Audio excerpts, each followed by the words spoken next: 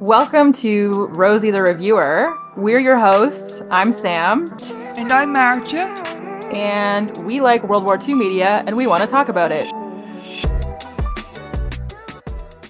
Welcome back to Rosie the Reviewer. This week we are talking about the movie Jojo Rabbit, which came out in 2019. It was written and directed by Taika Waititi, and it's based on the book Caging Skies by Christine Leunens, which came out in 2008.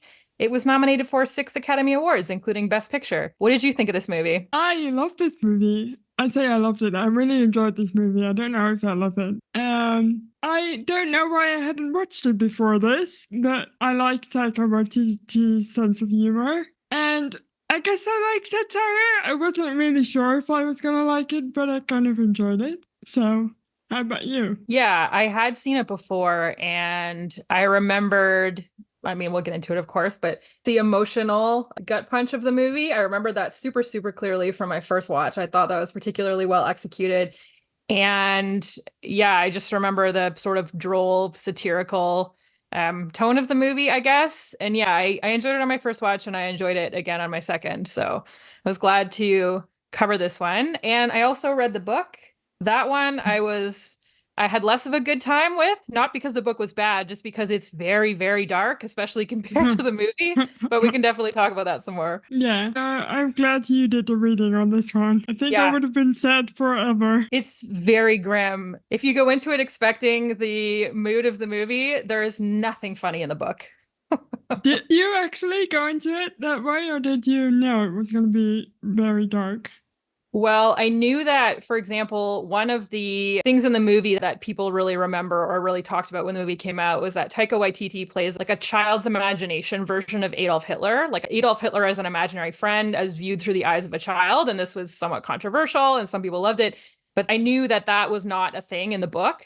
I had read that it was quite a bit more like realistic. It didn't have these like absurdist qualities to it. So I knew it was going to be a little bit different in tone, but I didn't realize quite how dark it was going to be. Is it satire at all, or is it just drama? Just drama. All right, so yeah, that makes sense then. All right. Well, I look forward to hearing all about it at the end of this or in between the things we're talking about. I did some research about the making of this movie and some of the viewpoints from Taika Waititi himself. But he's a funny man. He likes to be funny. He doesn't like to be very serious in interviews. So I did find some stuff, but not loads. But we'll see. We'll get into it. Cool.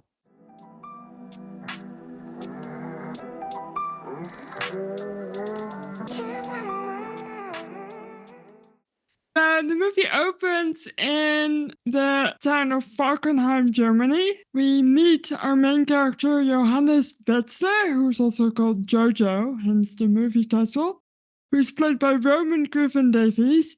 He's all dressed up in his cute little, I say cute, in his Hitler Youth uniform. It's not cute. And he's talking to himself in the mirror ahead of his first day of Jungvolk, which is the Boy Scouts of the Hitler Youth. It's juniors. And he's also speaking with his imaginary friend Adolf Hitler, who, as we mentioned, is played by Taika Waititi. And in this opening scene, we hear a German version of I Wanna Hold Your Hand by the Beatles, which made us both laugh, I think. Yeah, It's, he's little Jojo's running down the street yelling Heil Hitler at everyone because that's how they greet each other, I guess. So he's ripping down the street yelling Heil Hitler at anyone who will listen while this like really raucous German version of I Want to Hold Your Hand is playing. It is something. Yeah. This was an actual version of the Beatles, by the way. This is not fake. I know this because I've heard it before. There's a couple of Beatles songs. Because they were so popular in Germany, they recorded German versions of their songs, which is why this exists. Imaginary Hitler is encouraging Jojo to be more enthusiastic about his howls. I got really uncomfortable, which I think is the point. The Hitler Youth training camp is run by Captain Klenzendorf, played by Sam Rockwell. He's not having a great time. You get the sense that he would rather be somewhere else. He's assisted by Fraulein Rahm, played by Rebel Wilson, who I found extremely funny. While they're at this camp, a group of older boys try to force Jojo to kill a rabbit to prove his mettle, which he refuses to do. Thus, his nickname of Jojo Rabbit is born. And his imaginary friend Adolf pumps him up, persuades him to go back and show them up. So he runs back into the group. He grabs a hand grenade and attempts to throw it, but he fucks it up. It bounces back at him and, of course, explodes, and he's badly injured. And as he recovers, he ends up taking on small jobs like putting up propaganda posters. Can I reference the book a little? Because I know you said something about this accident. Can you tell me a little bit about what actually happens to the character in the book? Yeah, so in the book, he's still Johannes Betzler and he goes into junior Hitler Youth and all that stuff. The thing with the movie is that the whole time Johannes is maybe 10 or 12 years old.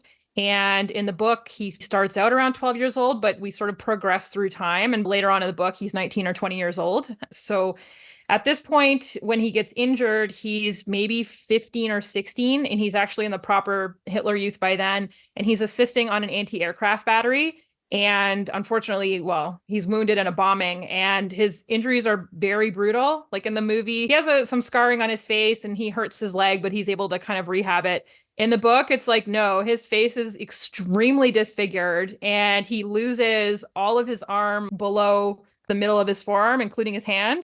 And he's left-handed, and that's the hand that he loses. And so he also has a whole thing about how he has to teach himself how to write again and all this kind of stuff. It's quite a bit different than it was in the movie. And another interesting thing that I thought as well was that in the movie, they try to get him to kill this rabbit, and he doesn't want to. He doesn't have this kind of killing spirit that they're looking for.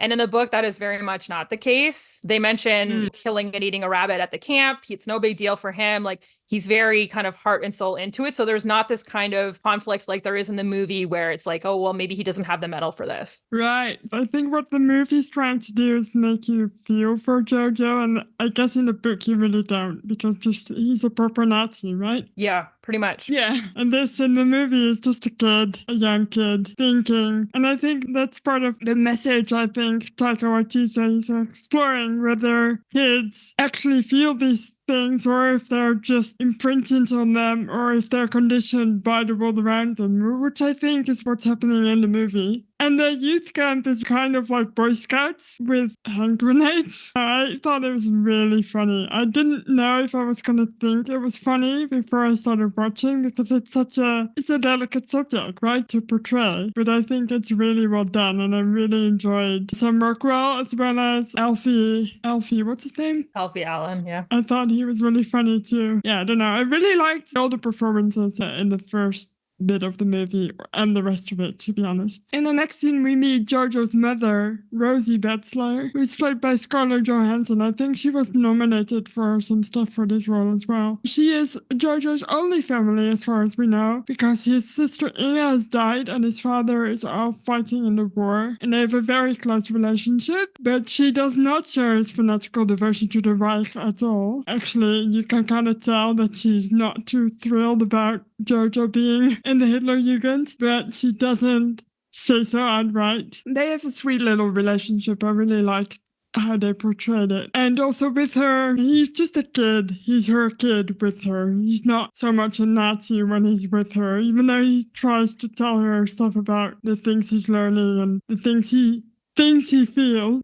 But then one day, when she's out, Jojo hears something upstairs and he finds a young Jewish girl, Elsa Kor, played by Thomasin McKenzie, hiding in the attic of his sister's old room. And this is where the movie, I think, takes a bit of a turn. It gets serious for a bit. You're like, oh, wait a second, it's not all funny. There's a serious note to this movie. Yeah, for sure. We're definitely seeing the war through the eyes of this kid who doesn't know about the Holocaust and all this kind of stuff. And so when he finds this girl hiding in the wall, he of course has all these preconceived notions about Jewish people from what he's heard in the Hitler Youth and, you know, in the news and all that kind of stuff. And so it becomes sort of the first part of the movie where he gets confronted with the reality of what those views actually mean. Yeah. And he asks her why she doesn't have any horns. She says they haven't grown in yet. He's been told all these lies about Jews, and they're not serious lies like they would have been told in real life. But they're funny lies in this case. Jews are kind of made out to be monsters. And he's like, wait a second, you're just a girl. And she says something like, yeah, we're just like you, except we're human. She says something along those lines. And I feel like Elsa, as well as Rosie, his mother, are the two characters that are not all satire. They're not all funny. They're kind of based in this reality that the rest of the film doesn't have, which I thought was an interesting choice. Yeah, for sure. In the book, he lives with both of his parents and his grandmother, and his father owns a factory. And we sort of, as the audience, understand that his father is involved in these sort of resistance activities. But the book also takes place in Vienna. So he's part of the Austrian resistance. And the book also talks a lot about how after the war, a lot of people in Austria tried to act like they were also victims of the Reich, but quite a lot of them supported the annexation by Germany. So yeah, that's kind of like just an interesting like little facet that you don't get in the movie, of course. And his relationship with his mother is different as well. There's one part where she's trying to get him to understand that these like beliefs about eugenics and all that kind of stuff are bad.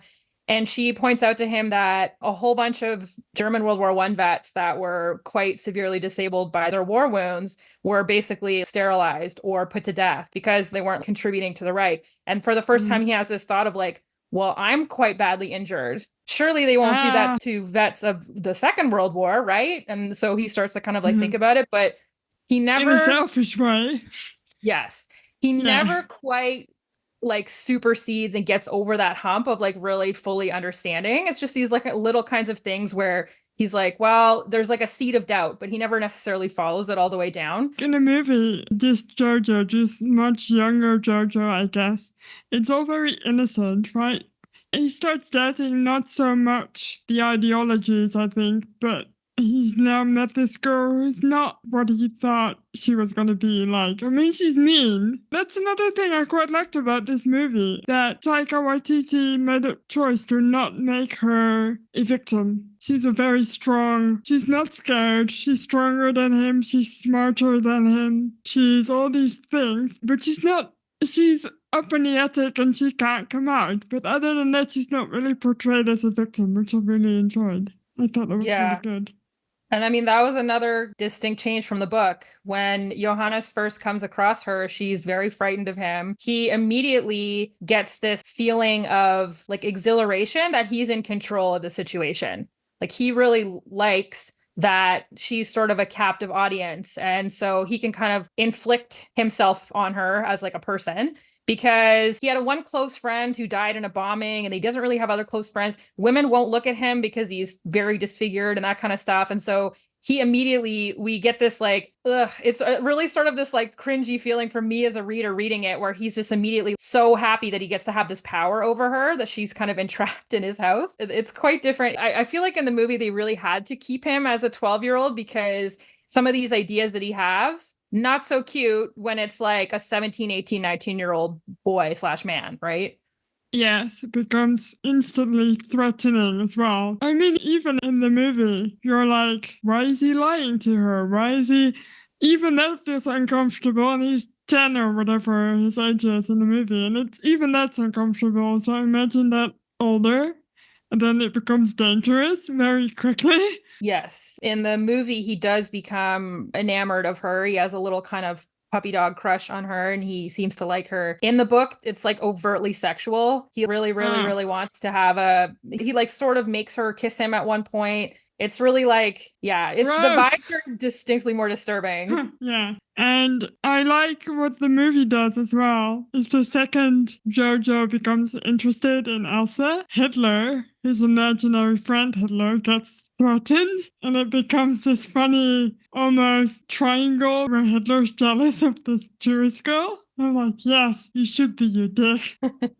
Yeah. So Elsa threatens him into not turning her in, and he's frightened of her. She's a little older than him. She, as you said, she's not afraid. She stands up for herself, but Jojo continues to try and speak with her so that he can write a quote unquote expose on Jews. And Elsa messes with him a lot and tries to get him to question his beliefs by telling him these outlandish things that can't possibly be real. I like the bit where she's going down the stairs and she's doing the little tiptoeing with her fingers on the railing of the stairs. It's just, it's funny. But Jojo, meanwhile, while he's talking to Elsa and slowly learning more about Jews and how they're not so very different from himself, he continues to go to the Hitler Youth outings so that he can pester Captain Klenzendorf and his right-hand man, Freddie Finkel, played by Alfie Allen, as I mentioned before, to thus have more information about Jews. And he's upset with his mother for lying to him about Elsa, but he doesn't tell her that he knows about Elsa, because if he does, then they'd be in trouble. Yeah. So one day while Jojo is out with his mother, she tells him they have these like cute little moments where they're hanging out together. And she tells him that one day he'll meet someone and fall in love. And he's so obsessed with the war and Germany's going to win the war and this and that. And she tells him that the war will end soon. And when it does, she's looking forward to it because she's going to dance. And she's kind of standing up on this little ledge where he's kind of in eye line with her feet. And she's doing a little dance. She's wearing this really pretty pair of red shoes that are quite noticeable and remarkable. It's a cute little scene. You're giving me goosebumps by just saying all these things. And obviously I didn't get that in the movie because I didn't know what was going to happen later. But now in hindsight, that's giving me goosebumps.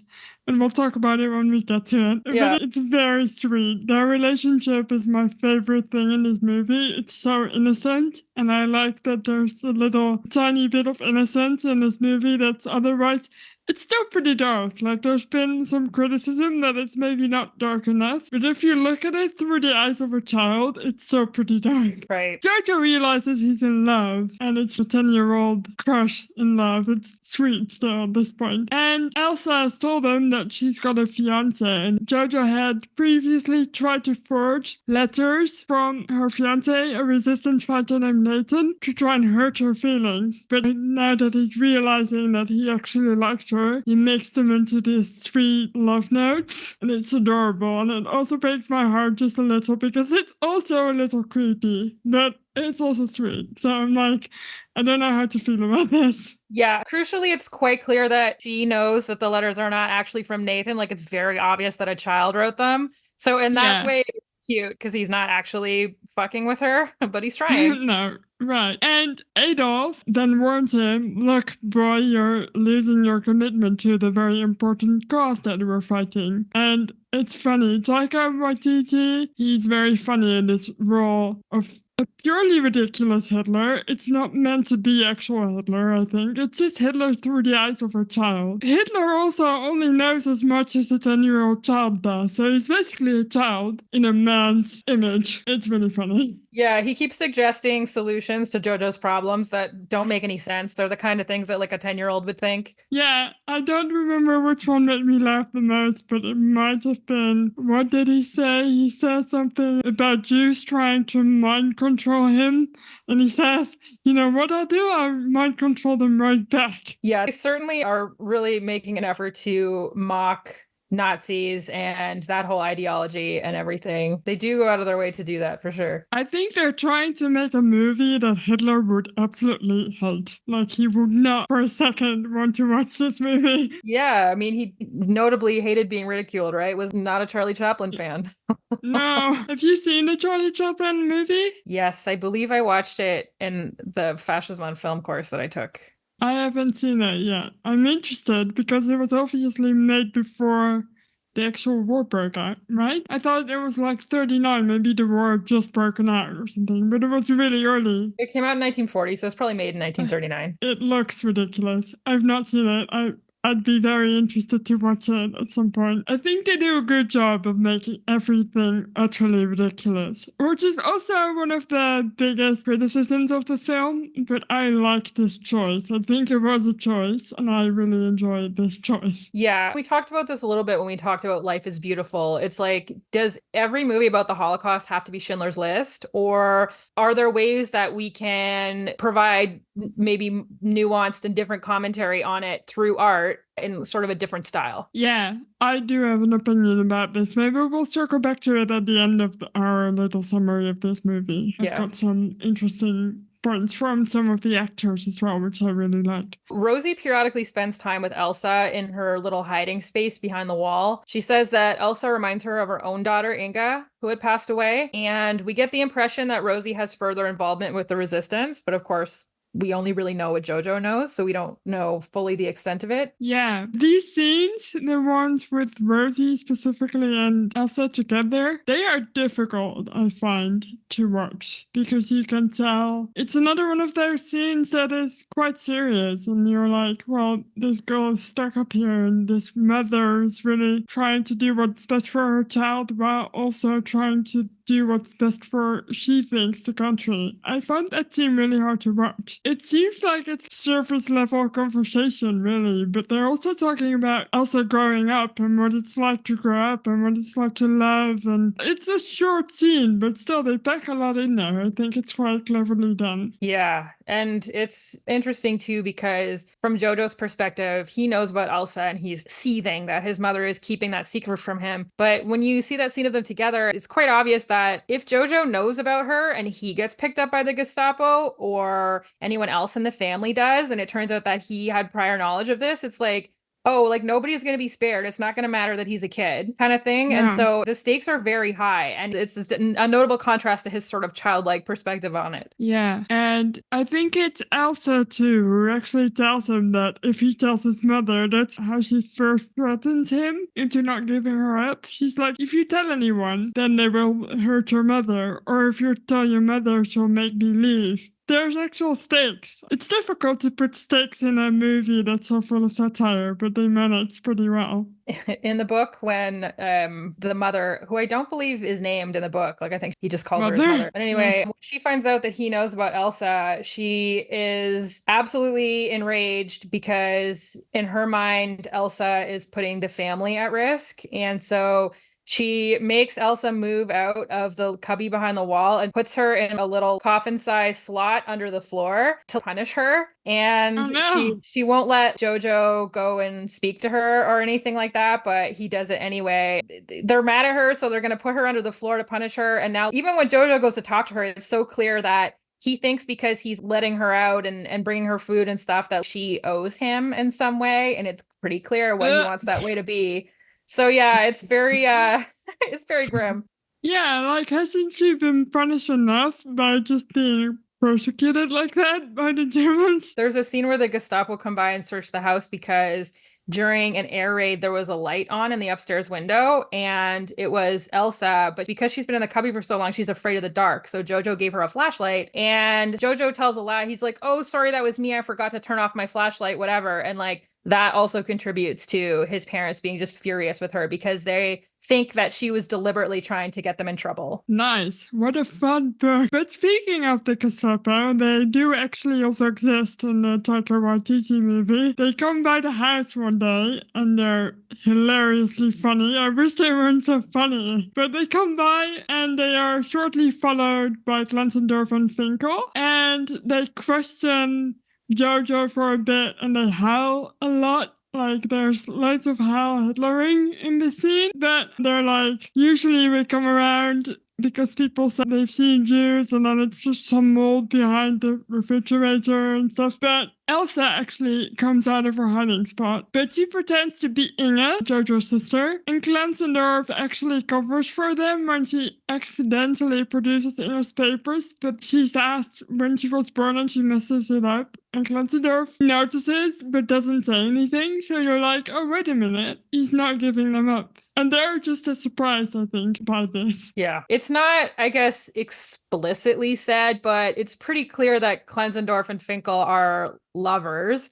And I think we're meant to make the leap that they are also not super in support of the Reich. Well, to be fair, the Reich wouldn't be very much in support of them either. So it's another point of criticism, I think, for this movie to make them nice. I'm doing air quotes because obviously they're still Nazis, but they're helping them, which some people didn't like them being kind of excused by helping them. Yeah, I mean, I totally understand that criticism, and I think it's valid to question whether we should be depicting quote unquote good Nazis. But I also think that the world is nuanced, and I think it is possible that there were people who participated in the machinery of the German war machine and the Holocaust who very periodically did look the other way or do something that displayed that they had a shred of humanity. And Right. I think that nuanced people exist. Like, I don't think that it's necessarily a bad thing to depict that. The question would also be, do you need to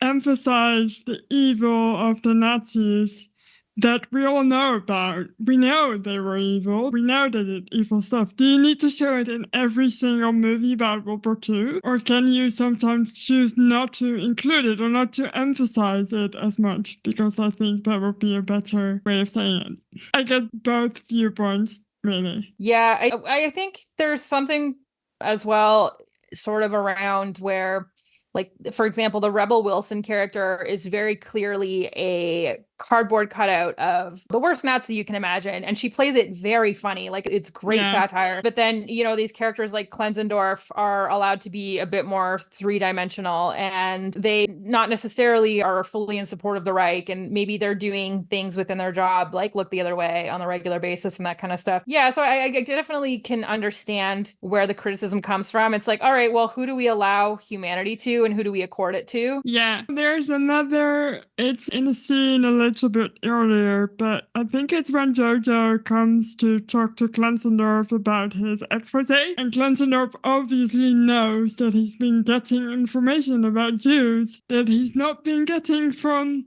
the camp. It's not explicitly told in the movie, but you can tell that he knows that Jojo must have seen a Jew or met a Jew or done something that's not in accordance with, I don't know, the Hitler Youth. He also just brushes that off and takes a look at his book, and they have a little joke about what they should call it. And then he shows him his drawings of his uniform, which we'll get to later, I think. But yeah, notably, Jojo wants to call his book Yoo-Hoo Jew, which I had to say because it just made me laugh so much every time anyone said that in the movie. Yoo-Hoo! Jojo is doing his little Hitler Youth jobs that he's been doing. He can't do too much because he's injured and he's still getting better. And he's spreading his propaganda papers around town when he happens to go by the gallows in the town square, and we see those notable red shoes dangling and realize that his mother, Rosie, has been executed. He returns home and he's very upset, and he sort of half-heartedly tries to stab Elsa, but he ends up falling apart while Elsa comforts him, and she tells him that his father has actually not been fighting in the war, but is actually away fighting in the resistance. Yeah, so that was the reason I got goosebumps when you were talking about her shoes on the ledge. It's similar imagery to when she's dangling from the noose. And we don't see her face, we only see her shoes. We basically see anything up to Jojo's point of view visually, which is very touching, and it almost made me cry. I didn't cry, but it was close. Yeah, this was the real emotional wallop of the movie, I thought. They did a really good job of this. And the scene in the book is very similar, and Jojo's reaction to it is very similar. And I think that was one of the scenes that I was glad that they included in both. It was very strong, I felt. Yeah, does Book Jojo also then go back to Elsa? Yeah, I mean, Book Jojo at this point is 17 or 18, so he's a grown man. And so roughly around the time his mother gets executed, his father had already been taken to a work camp. He finds out that his father has also been executed.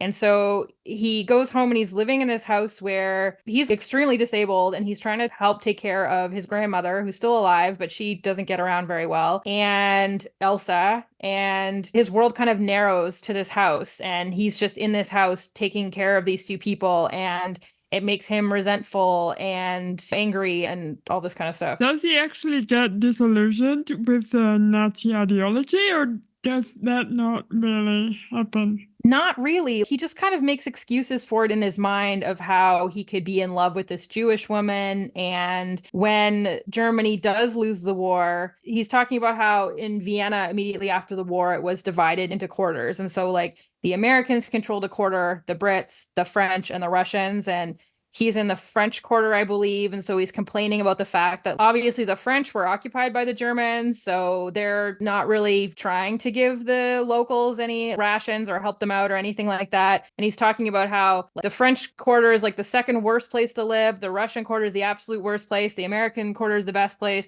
The city doesn't sound like his city. It's full of weird smells of foreign foods and like whatever. So after they lose the war, he's just kind of like mad that things aren't the way that they were before. And he never has this moment where he's like, maybe we were wrong, actually.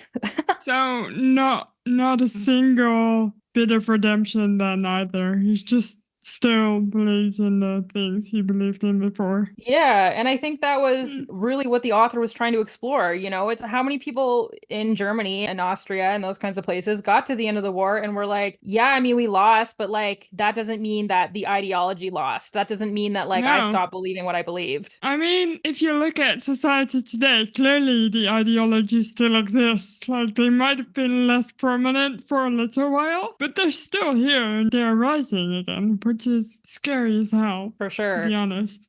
Yeah. He talks about how when he found out that Adolf Hitler killed himself, he almost felt like, ugh, like I followed that guy. I thought he was a father figure and he was weak like that. And he gave in at the end and blah, blah, blah. Like it was really, he's, He's just he mad. never, yeah. The allies advance on Falkenheim and we see Yorkie, played by Archie Yates, who is Jojo's second best friend after his imaginary friend Hitler. And he's now forced into combat as a member of the Hitler Youth. He's got a bazooka, I think. And they both survive, but Jojo is picked up by some Russians because he's wearing a Nazi jacket. In Klenzendorf, he's also there. He's also been arrested. And he saves him by taking his coat off and accusing him of being a Jew. So he pushes him away and he's like, get away from me, you Jew. So he gets a little moment of getting to save another person. And also in this scene is also right before that we see him and Finkel in their very gay uniforms. Yes, they've designed these uniforms for their last stand, I guess, or the last stand of the Reich, and they're very like flamboyant and sparkly and pink and like, yeah, so there are feathers on them, and I think they have I couldn't really tell, but I think they have the upside down pink triangle on them, which is what the Nazis would give gay people in the concentration camps. It's a wink at that atrocities. But the Russians then free Jojo, but they execute Glensendorf, which I think he knew he was going to die. Like this entire movie, he was very defeatist already. So I think this entire time he was ready for it almost. There's probably some symbolism attached in the idea of, all right, well, right at the end, I guess, this guy redeemed himself a little, but like he's a Nazi, so he still gets murdered. Right, exactly. Yeah. Don't be a Nazi is kind of the message of this movie. It's pretty key, yeah. The official stance of Rosie the Reviewer podcast, don't be a Nazi. So Jojo returns home and he tells Elsa that Germany won the war because he's afraid if she learns the truth that she will leave, and he's all alone now. And as earlier in the film, though, he forges a letter from Nathan to comfort her and says, like, look, all is not lost. We can smuggle you to Paris. Elsa then tells him that Nathan has been dead for a year, and they admit their love for each other, although Elsa's quite clear that she only loves him as a little brother.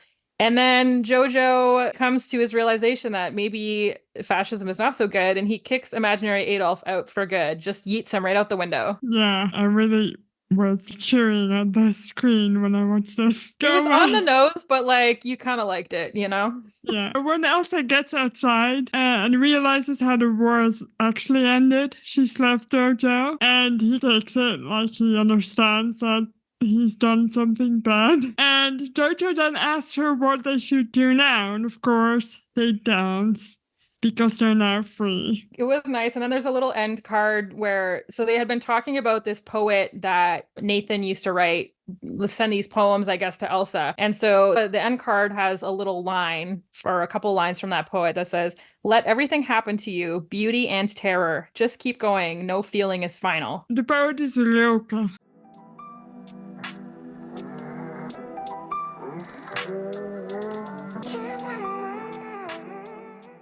And the thing about the book is that this part happens 150 pages in, and there's 150 more pages of book. Oh. And that's because when Jojo tells her that Germany won the war, he basically doesn't tell her that he was lying until 1949. So he keeps her hostage? Yes. Oh no. Yeah. And So gross. Yeah, he has to sell the house at one point because his parents have died and he had to pay all this inheritance tax. He hasn't been working because he's quite badly wounded. It took him a long time to recover. And so he ends up having to sell all the furniture and sell all the whatever inside the house. And at a certain point, he has to sell the house. And so he tells Elsa, he's like, look, we're going to go to the new house, but you have to hide in this trunk because people can't see you. So he gets help like moving her to the new apartment. And they're in this apartment together. And like the war's over. Like it's over. Like his grandmother dies in 1947, like fully never knowing that Elsa was in the house with them. But him and Elsa have this really like dark, sort of like psychologically abusive relationship where, like, obviously, I mean, number one, core central tenet is that he's lying to her so that she won't leave. And he keeps like justifying it to himself and being like, well, if she did leave, where would she even go? Because he looks it up and he finds out her whole family was killed in the camps, including Nathan. And so he comes back and tells her that, and he brings her all these press clippings of the Holocaust. And he's like, see, even if you could leave, like, why would you want to? There aren't any Jews left. Your whole family's dead. And so he justifies it to himself. He's like, well, if she went, she would be alone and like she wouldn't want that. So I'm actually doing her a favor.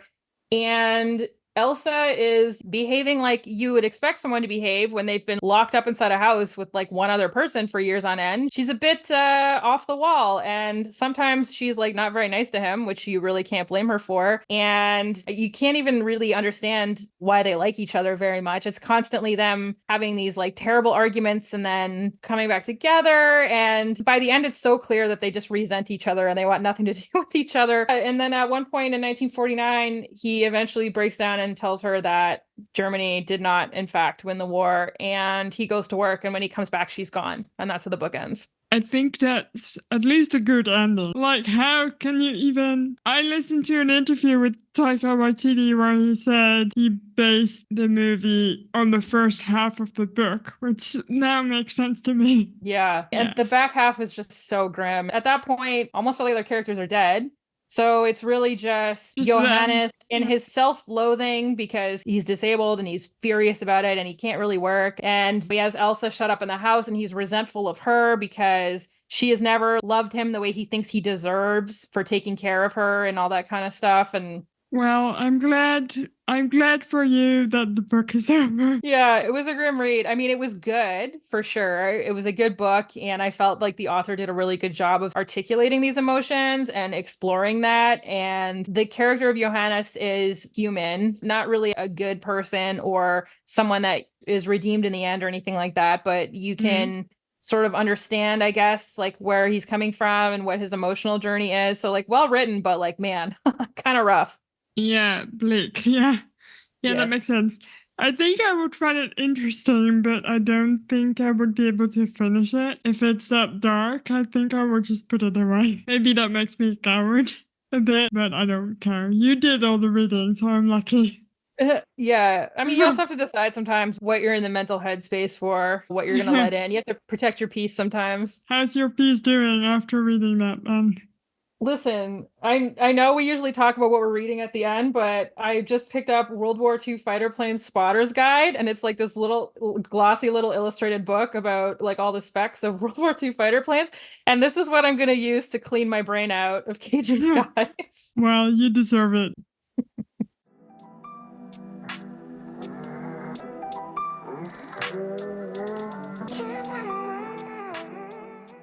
I did less hard work. I looked up some Taika Waititi things, as I've called them. I tried to look for his opinion on the criticisms that he faced after making this movie, and he doesn't really defend any of it so much in interviews. Some of the criticism has been like, this movie is too safe and sentimental to really hit home, or it's too stylized and sanitized to do justice to basically the Holocaust. And one reviewer said it's like part Wes Anderson's Moonrise Kingdom and part Boy in the Striped Pajamas, and all shamelessly offensive. And I see where he takes those references from, but I don't think it's offensive. Like I said, I thought it was a really good movie, but I do get why it's criticized. And so does Taika Waititi, actually. He didn't expect it to be loved by everybody, which I guess if it's satire, it's never going to be loved by everybody. Satire is meant to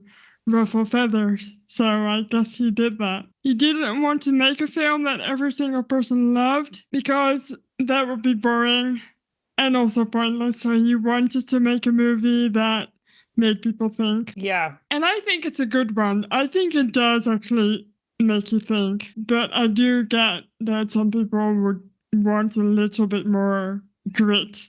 It's not super gritty, but I don't think it needs to be. I think you have to take risks with art as well. I mean, what's the point of making safe movie after safe movie where it's like, oh, well, we never toe the line with satire, or we never address these issues in any way other than here's what happened and it was sad, and like, you know, that kind of thing. It's kind of like, well, the whole point really is to use art to explore the world and explore history and these kind of themes that are still with us. I think, for example, one of the things is that the act of even having this imaginary friend Hitler played by a brown man, an indigenous man, like that's a radical act in itself. And, you know, we had sort of talked about this a bit offline, but Taika really did no research into Hitler because he didn't think that, like, why would I do that guy the tribute or the honor of playing him the way that he actually was? Like, I want to be playing this sort of silly version of him. Like, I don't care to get this right because he doesn't deserve that from me. And I think that that sort of angle on it is really interesting as well. And actually, the fact that Taika's playing Hitler, the imaginary friend Hitler, is not his choice so much because it was the movie studio Fox who said, we'll make this movie with you, but only if you play imaginary Hitler. So he hadn't envisioned himself to be Hitler. In all the things I've watched and read, he's very uncomfortable the entire time while playing Hitler, and he says something like, if anyone's ever comfortable playing Hitler, they should not be playing Hitler. And there's another nice little quote that I found from the actress who plays Elsa, Thomasin McKenzie. She said this in an interview that has everything to do with the Oscars. She said that people were scared that it's a comedy, and that maybe it's too early to make a comedy about that subject or it's inappropriate, but I think it's important that it's a comedy and that we're looking at it through the eyes of a young person because that makes it more accessible, especially for a younger generation. And it's not a movie where you feel like you're being taught to listen, but you feel like you're included in a conversation. Yeah. I mean, like, crucially, the movie, even though it is a comedy, it's really not making light of Nazism in a way that is at all flattering to Nazism. Like, it's pretty firmly in the camp of this is ridiculous. The Nazis made no goddamn sense. Here's all their dumb shit ideas, and here's why it's dumb. And then the main emotional arc is the character discovering that he was wrong about fascism and he was wrong to support any of that. And, you know, he learns his lesson and he comes out the other end of it. And so I really think that, like, if people who watched this thought there was, you know, sort of any sense of portraying Nazis in not a serious enough light, that they didn't do a good enough job taking them down, I mean, I would argue that that was not the case. I agree. Some of it, too, is that, you know, as soon as a movie like this comes out that did take a risk and was popular, people are always looking for a reason of why, like, well, actually, here's why it wasn't good. And if you liked it, you're an idiot. And not to say that all the criticism was like that, because of course, like, people have valid criticisms and always do. But there is sometimes this sense when you get kind of like mainstream reviewers and stuff who are like, oh, you guys liked this movie? Wow.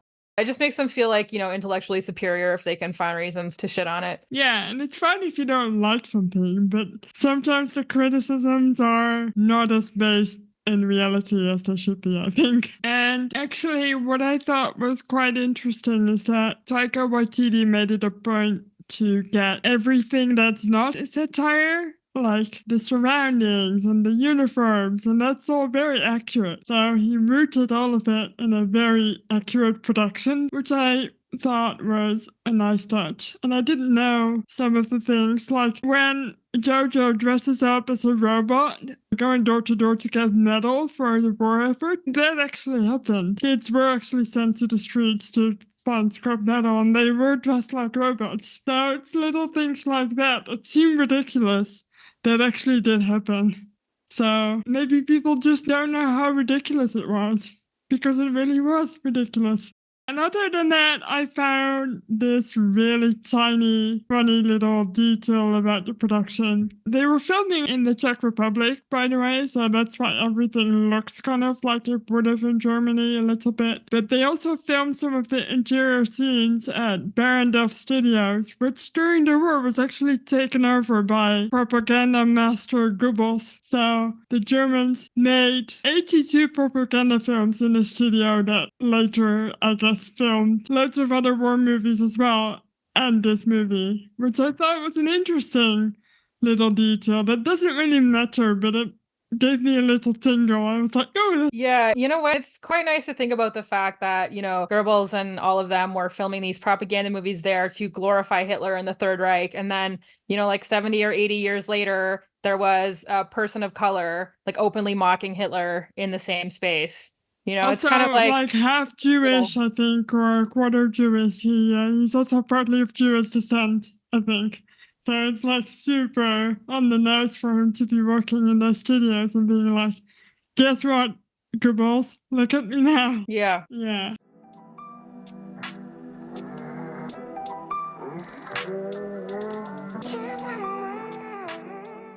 Well, we should rate this movie. Let's rate it flamboyantly dressed gay Nazis out of 10, because I did really enjoy the flamboyantly dressed gay Nazis. When they showed up at the end in their costumes, I was like, yeah. Yeah, with their like trumpet and stuff. Didn't Finkel have a trumpet or something? They had a gramophone or something that they were playing music with. Like, the only criticism I have of that scene is that it's slightly too short. It's like a couple seconds. I would have liked just a little bit more of them being very gay. Yeah, I hear you. Right, do you want to go first on this one? Yeah, sure. I will rate this movie 8.5 flamboyantly dressed gay Nazis out of 10. I was not mad having to watch it again, which I can't say for all of the World War II movies that we've covered. I guess I just enjoyed the way the writers handled sort of the emotional arc of the main character, how we did see the situation through a child's eyes, and that was very clear throughout the movie. The little sort of, like you were saying, with the historical accuracy, sort of these like little things sprinkled in that were a nod to history. We didn't really get into it, but there's a scene where Taika as Hitler is wearing like a Native American headdress. And, if you look into this, there's quite a long history of like the Nazis and Hitler in particular were super, super, super into this writer named Karl May, who wrote a whole bunch of cowboys and Indian stories and professed that they were true and they had happened to him. And he had never been to America. So of course they were not true and they had never happened. But Hitler firmly believed that they were true. And so the Nazis had these ideas about what Native American culture was like, and they were weirdly obsessed with it. And so little kind of nods like that throughout the movie to actual history. It shows that despite Taika saying, I didn't look into Hitler, I didn't want to do him the honor of doing that, you can tell that he did actually like put care into including these little pieces that like really neat things that tie it into history. Yeah. Oh, I guess it's my turn. I'm going to rate this one 8 flamboyantly dressed gay Nazis out of 10. Like I said, I also really enjoyed it. I really liked all the stylistic choices Taika Waititi made in this film. Like, it's very colorful, and he did some research into this as well because the war was nearly ending. Apparently, lots of German people wore their best clothes and their most colorful clothes, so he made the whole movie very colorful. Also, probably because we're looking at it through the eyes of a child, which would be much more colorful. It's not like most war movies are like gray and gritty and dark, and this one is just saturated. And I really like that choice to make it different from the typical war movie stylistically as well. And I enjoyed the little music moments in there that were all very funny. I enjoyed the comedy a lot. I don't think there was much that I didn't enjoy, so that's why I'm also giving it 8 stars. Nice. Well, are you reading anything? I am reading something. I am reading something not war related for once. I'm reading Practical Magic by Alice Hoffman, which, if you know Practical Magic, the movie, which came out in the 90s, I think, it's one of my favorite movies, but I've never read the book, so I'm enjoying that currently. Nice. And I'm just reading my plane book. Just me sitting here in my happy little planes. I also ordered this plane book, and I also ordered 2 other plane books because I want to learn how to draw planes. So I'm going to be this really annoying person who only posts about planes on Instagram. Yeah, I don't think everyone realizes how annoying we're going to be when we finally cover Masters of the Air. But anyway. It's going to happen at some point, guys. We're working on it. Yeah. Well, in the meantime, thank you for listening. You can follow us on Instagram at Rosie the Reviewer Pod. You can visit our website, rosieTheReviewer.com. You can follow us and give us 5 stars on any podcasting platform of your choice. It really helps us out. And I think that's pretty much everything. Yeah, I'm gonna correct you for a second because it's Rosie the Reviewer podcast on Instagram. Oh, Not well, I'm sure bad. if you started to type that in, you would find it. You're right, though. Yeah, yes, you would. You would find us. Come find us. Come say hi. Come give us your recommendations of things to watch. And tell us what you think of all the episodes, please. Thank you. Bye.